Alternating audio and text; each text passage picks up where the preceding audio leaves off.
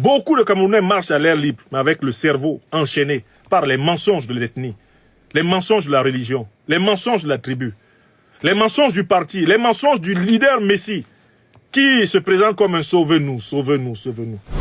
Tant que nous, Camerounaises et Camerounais, de l'intérieur comme de l'extérieur, ne sommes pas capables de nous regarder comme le même peuple, tant que nous allons nous regarder en Fulbe, en Haoussa, en Massa, en Betiboulou, en Bassa, en Douala, en Bakoko, en Banen, en Bamoun, tant qu'on va se regarder comme cela, là, le pays va se mourir à petit feu.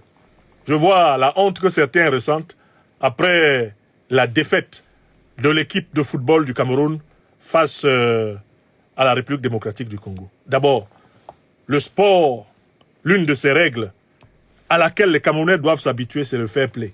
Mais il faut apprendre à accepter la réalité. Il faut aimer la vérité. Le 1-0 congolais, il est amplement mérité. Et un peuple grandit quand il est capable de dire aux Congolais, félicitations. Et aux lions indomptables, courage. Il faut développer cette attitude-là et sortir du fanatisme vulgaire. Il y en a qui comptaient sur une victoire des lions indomptables pour couvrir l'ignominie de la dictature de Biya. Et c'est ce que Biya a toujours fait avec les lions. Parce qu'on était encore parti pour un épisode d'euphorie, hein, d'auto-hallucinogène, un épisode d'auto-fiction, de mensonge à soi-même, avec une qualification en Coupe du Monde. Je vois comment les radiographes du storytelling Biya kleptocratique auraient récupéré cette victoire pour dire l'homme lion encore frappé. Hein?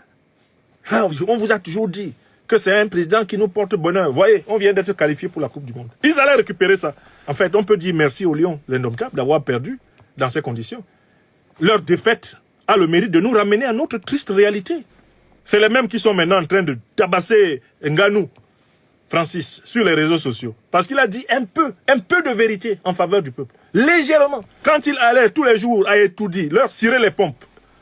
Ça, c'était pas la politique. Le jour où il dit un peu de vérité sur ce qui se passe au Cameroun. Ah, Nganou. Certains en profitent pour lui rappeler qu'il est Bamileke. Vous voyez comment le Cameroun est gâté. Vous voyez comment on est méchant chez nous. C'est maintenant que Nganou est Bamileke. Quand il allait tout le temps avec Franck Biya, quand il allait tout le temps étudier, quand il allait faire papa président, maman présidente, quand il allait faire les génuflexions là-bas, il n'était pas Bamileke.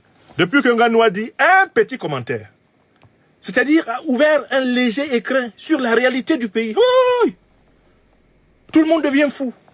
Pourtant, ce qu'il a dit n'est rien à côté de ce qui se passe. C'est un euphémisme. Nganou n'a même pas décrit le malheur de notre peuple, qu'il connaît mieux. Il est bien placé pour savoir. Lui qui, pour venir en Occident, à Boza, comme on dit, est passé par les voies de la mort pour arriver en Occident. C'est un survivant. C'est pas la boxe, c'est pas la MMA qui a été le terrain où Nganou a encore plus nettement risqué sa vie. Il a risqué sa vie même pour arriver en Europe. Et pourquoi? Parce que notre pays, le Cameroun, est incapable de donner à sa jeunesse les conditions d'une vie digne. Vous parlez de quoi?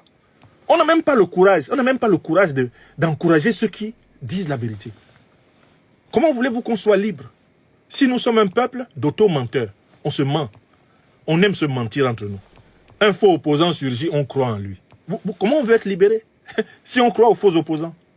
Un sportif a enfin le courage, contrairement à tous les autres qui ont même fait la campagne du tyran. Il se lève enfin, dit un peu de vérité. Certains se lèvent pour le traiter de tous les noms d'oiseaux et lui rappeler sa tribu. Un pays peut se libérer avec ce type d'esprit? C'est très difficile. Parce qu'en fait, les Camerounais sont mentalement enchaînés. La haine de la vérité, dans mon pays, le Cameroun, est la véritable source des ténèbres qui pèsent sur lui. Voilà la vérité.